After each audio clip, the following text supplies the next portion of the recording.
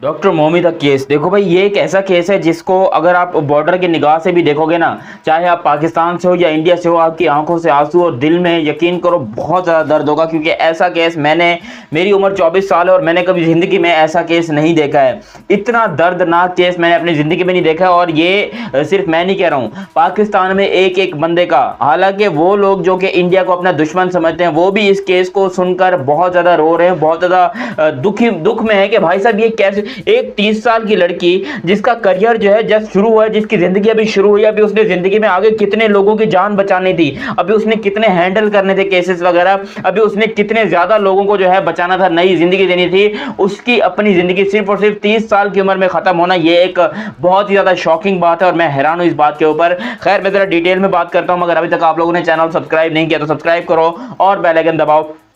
ताकि आपको मजीद भी इंटरेस्टिंग वीडियोस यहाँ पर देखने को मिलती रहें। हुआ कुछ यूँ कि ये जो मोमिता है, जिनका नाम आई थिंक मोमिता देवनाथ है, ये एक डॉक्टर हैं और मुझे इनके बारे में कुछ ज़्यादा तो नहीं पढ़ा है, मगर जितना पढ़ा है उसमें यही है कि भाई ये आप कह लो कि भाई एक मतलब बहुत ही गरीब घर से ताल्लुक़ रखती थी, बहुत ही गरीब घर से ताल्लुक़ रखती थी। और उसके बाद अपने इतने बड़े बड़े एग्जाम, और डॉक्टर बनने के लिए लिटरली मैं बोलूँगा शायद वन ऑफ द मतलब एक यूपीएससी का एग्ज़ाम होता है इंडिया में, पाकिस्तान में जो है वो एक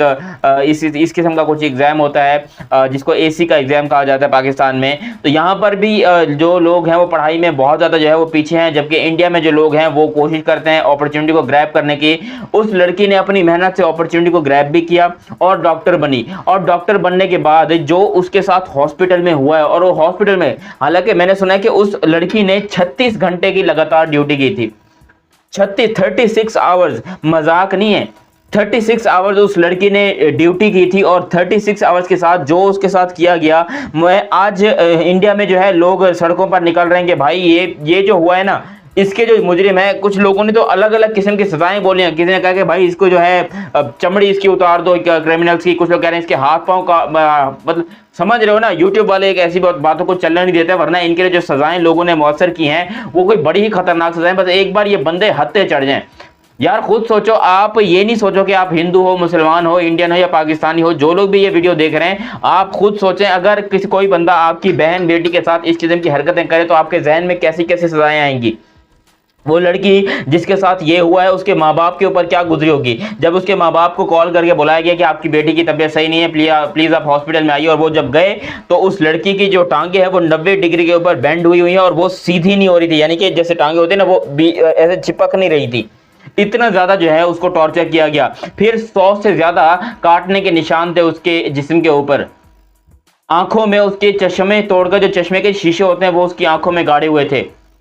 ऐसी मौत कोई बंदा इमेजिन भी नहीं कर सकता, ऐसा दर्द कोई बंदा इमेजिन भी नहीं कर सकता जो उस लड़की के साथ किया गया है। एक 30 साल की यंग लड़की के साथ ऐसा करना, यकीनन ये कोई इंसान सिफत लोग है ही नहीं, ना इनके अंदर इंसान हो जैसी कोई चीज़ नजर आती है। क्योंकि आप खुद सोचो, शायद जानवर बेहतर होते हैं, मैं बोलूँगा जानवर बेहतर होते हैं, लेकिन इस किस्म की हरकतें जिन लोगों ने भी की है, अगर वो अभी तक जिंदा घूम रहे तो भाई साहब मैं बोलूँगा कसम से हैरानी की बात है। अगर वो अभी तक जिंदा है और सही सलामत हैं, एक बार हत्या चढ़ जाए, इन लोगों को रोड पर ला के अवाम के हत्थे चढ़ा दो और अवाम को बोलो कि तुम लोग दो, जो सजा देनी है तुम लोग दो, छोड़ दो गवर्नमेंट को। है इस टाइम पर कानून गया तेल लेने, वो जो आप लोग कहते हो ना कि कानून है हमारे देश का और ये है कानून रक्षा करने वाला है, कानून ये कानून को तेल लेने बेच दो। इस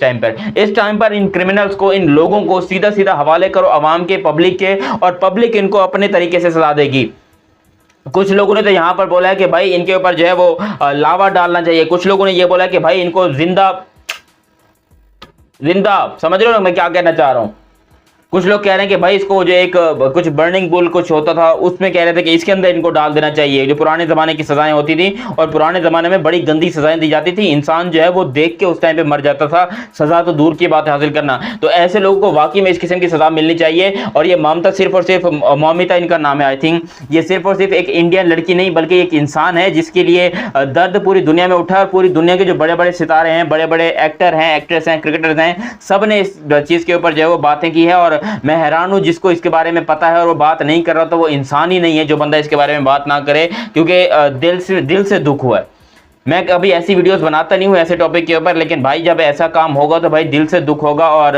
रोना भी आएगा, और लिटरली रोना आ रहा है इस किस्म की खबर देखकर। ये एक बहुत बड़ी खबर है जिसको मैं बोलूँगा कि भाई अल्लाह पाक जो है वो इनको सब्र दे, और हम कर ही क्या सकते हैं। लेकिन जिन लोगों ने ये काम किया है वो इबरत का निशान बनेंगे, और इन लोग के लिए स्पेशल कानून बना हुआ है भाई साहब कि इनके हाथ पाँव जो काट के इनको चौक के ऊपर जो है लटका दो। 3 दिन तक इनकी जो लाशें हैं वो लटकने दो, तब आवाम को पता चलेगा। तब जो ऐसे दरिंदा सिफत लोग होते हैं जिनके दिमागों में ऐसी बातें भरी होती हैं, उन लोग को औकात याद आ जाएगी कि भाई ये करना जो है आसान है, लेकिन इसकी सज़ा को भुगतना नामुमकिन है किसी भी इंसान के लिए, तो कोई करने का भी नहीं सोचेगा। बाकी आप लोग अपनी राय कमेंट सेक्शन में दीजिएगा, और अभी तक आप लोगों ने चैनल सब्सक्राइब नहीं किया तो सब्सक्राइब कीजिए और बेल आइकन दबाइए। मिलते हैं अगली वीडियो में, तब तक के लिए आप मुझे दीजिए इजाज़त। अल्लाह हाफिज़।